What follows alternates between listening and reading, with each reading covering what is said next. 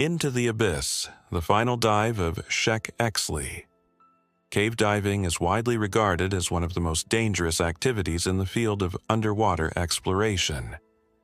Unlike open water scuba diving, which allows for direct descent in the event of an emergency, cave divers must rely entirely on their planning, equipment, and experience to navigate an unforgiving, enclosed environment. The risk factors include but are not limited to nitrogen narcosis, oxygen toxicity, equipment failure, and the psychological strain of diving at extreme depths.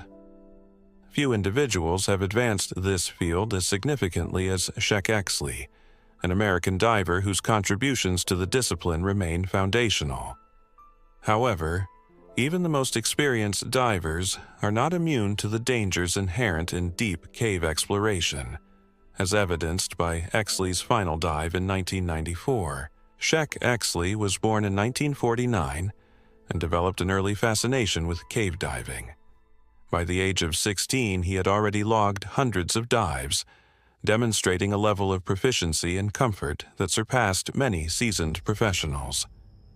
Over the course of his career, Exley made significant advancements in both diving techniques and safety protocols. He was among the first to introduce systematic gas management strategies, pioneered the concept of staged decompression for extreme depths, and meticulously documented physiological effects experienced at depth. His expertise led him to set multiple deep diving records and author influential texts such as Caverns Measureless to Man, which remains an essential reference for technical divers. In April 1994, Exley and fellow cave diver Jim Bowden traveled to Zacatón, a remote cenote in Mexico. This sinkhole, known for its vertical walls and extreme depths, was estimated to exceed 1,000 feet, making it one of the deepest known underwater caverns. The expedition's objective was ambitious.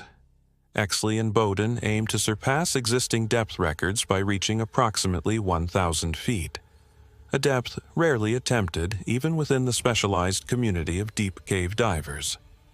Unlike conventional open-sea deep dives, this endeavor required extensive decompression planning, redundant life support systems, and precise execution to mitigate risks associated with high-pressure exposure and gas mixture complications. On April 6, 1994, Exley and Bowden entered the water, each carrying an array of specialized gas tanks required for staged decompression.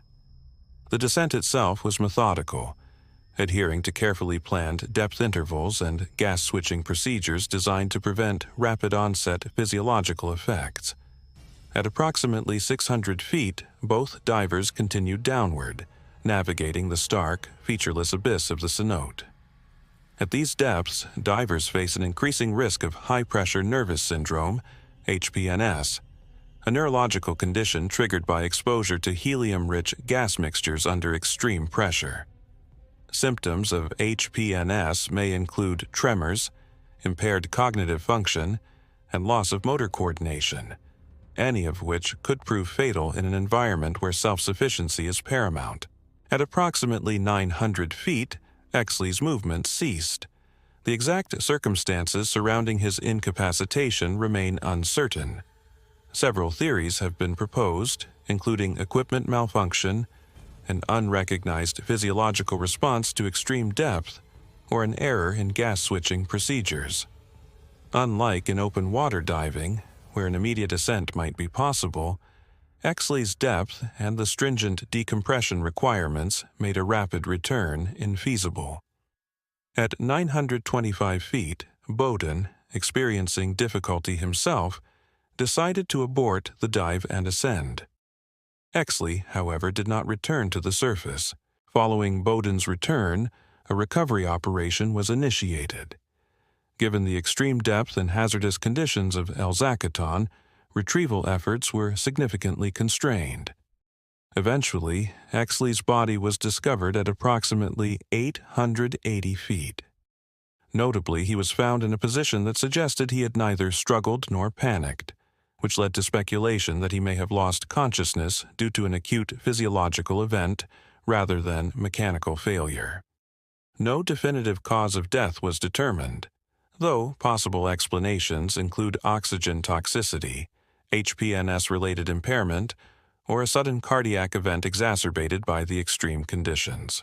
Despite the inherent dangers, Exley's contributions to cave diving remain unparalleled.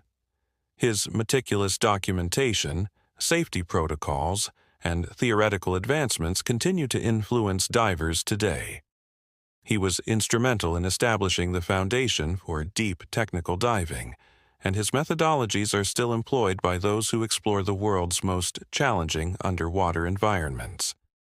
While his final dive ended in tragedy, his work remains a cornerstone of modern cave diving education and practice. Sheck Exley's career exemplified the balance between calculated risk and scientific pursuit. His unwavering dedication to pushing the boundaries of human capability provided invaluable insights into the physiological and logistical challenges of deep cave diving. Though his final dive claimed his life, his legacy endures through the divers who continue to expand upon his work, ensuring that exploration of the Earth's most remote underwater frontiers remains a pursuit guided by knowledge, preparation, and respect for the limits of human endurance.